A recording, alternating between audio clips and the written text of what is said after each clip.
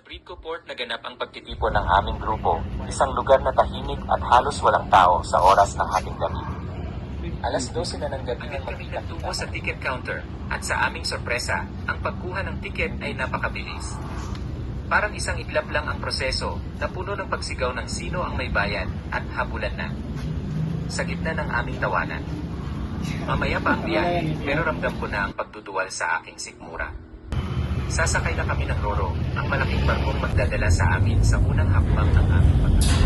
Bandang alas 5 ng umaga nang marating namin ang Dumangas Port, ang unang tikwas ng araw ay sumalubong sa amin. Ang langit ay naglaro ng mga kulay na parang pinaghalong apoy at pula, matingkad na kahel. Malambot na dilaw at malalim na rosas na kumalat sa ibabaw ng dagat.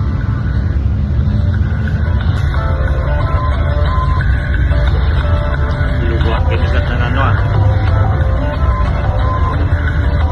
Bakit mas katay?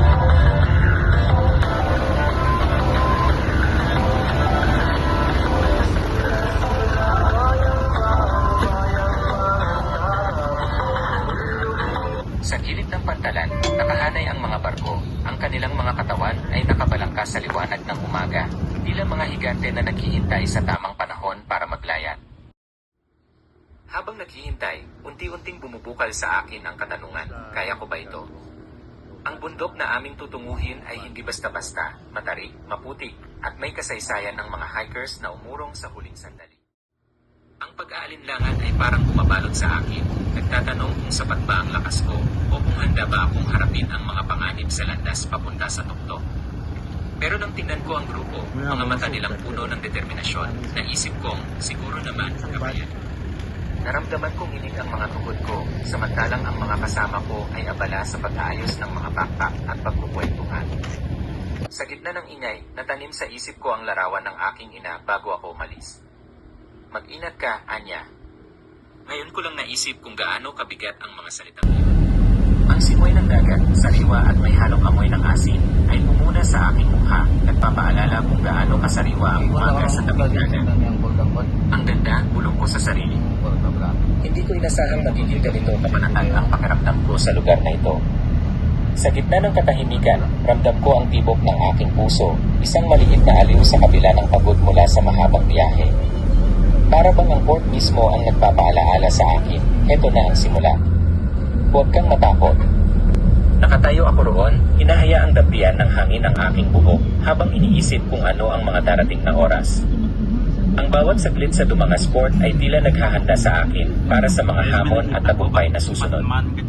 At sa ilalim ng mainit-init na liwanag ng umaga, naisip kong kahit hindi ko alam ang mangyayari, sapat na itong sandali, ang maganda, payapa, at puno ng pag-asa.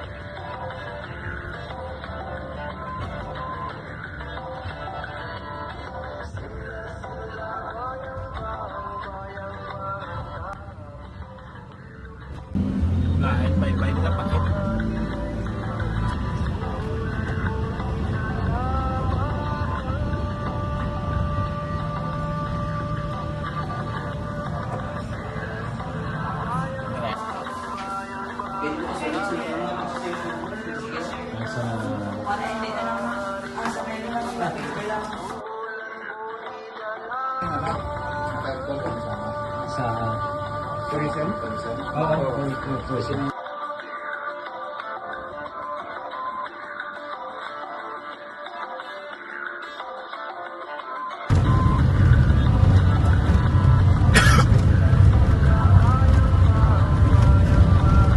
Dito ko nakilala ang mga kasamahan ko sa job off.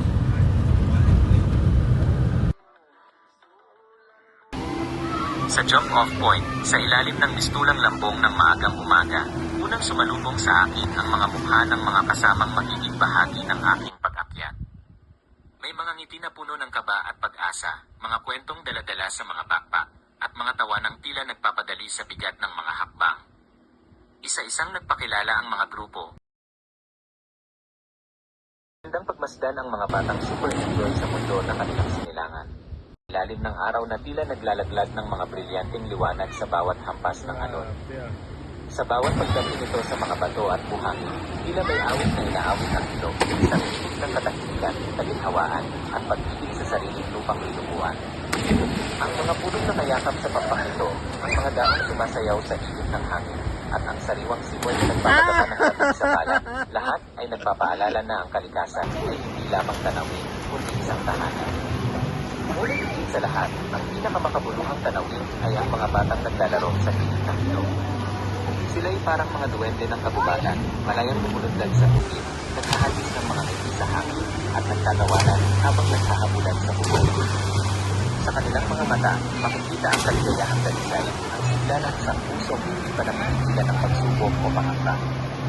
Ang kanilang pag-ikot sa paligid ng ilog, ang pagdampi ng kanilang mga paa sa tubig, at ang kanilang malikhaing paglalaro ay tila nagsasabi, ito ang aming mundo.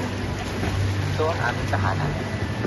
Sa kanila, makikita kung gaano kasimple at makahulugan ang buhay kapag ang kalikasan ay naging katuwang sa paglaki, pagkatuto at pag-ibig. Ang Ibiao River ay hindi lamang isang anyong tubig, ito'y isang saksi sa pagmamahal ng mga tao sa kanilang lupang sinilangan. At ang mga batang naglalaro sa pampang ito ay mga anino ng pag-asa, patunay na ang tunay na yaman ng isang lugar ay hindi lamang nakikita sa tanawin, kundi sa mga puso ng taong nagmamahal dito.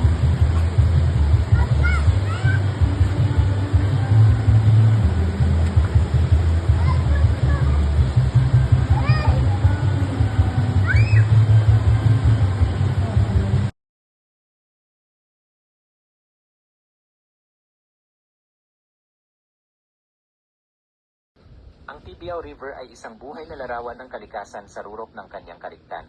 Ang tubig nito ay kasing linaw ng luha ng kalangitan, kumikislap sa ilalim ng araw na tila naglalaglag ng mga brilyanteng liwanag sa bawat hampas ng alon. Sa bawat pagdampi nito sa mga bato at buhangin, tila may awit na inaawit ang ilog, isang himig ng katahimikan, kaginhawaan, at pag-ibig sa sariling lupang tinubuan. Ang mga punong nakayakap sa pampang nito, ang mga dahong sumasayaw sa ihip ng hangin, at ang sariwang simoy na nagpapagama ng lamig sa balat, lahat ay nagpapaalala na ang kalikasan ay hindi lamang tanawin, kundi isang tahanan.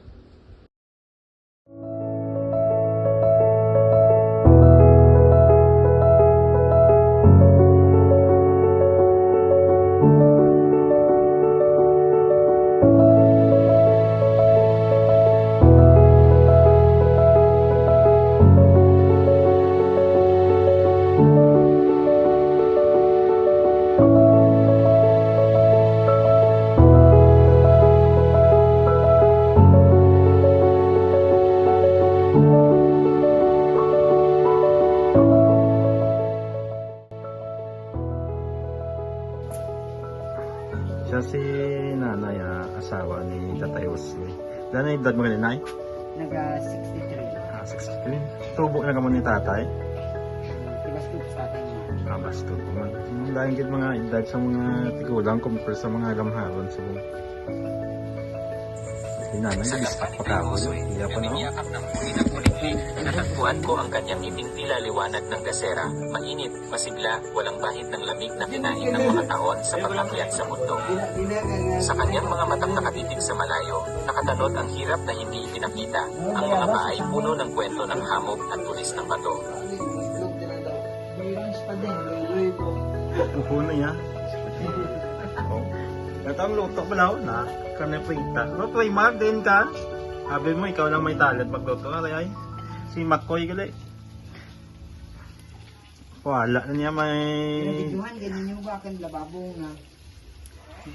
Okay na na yan. Nilok mo na nakataas.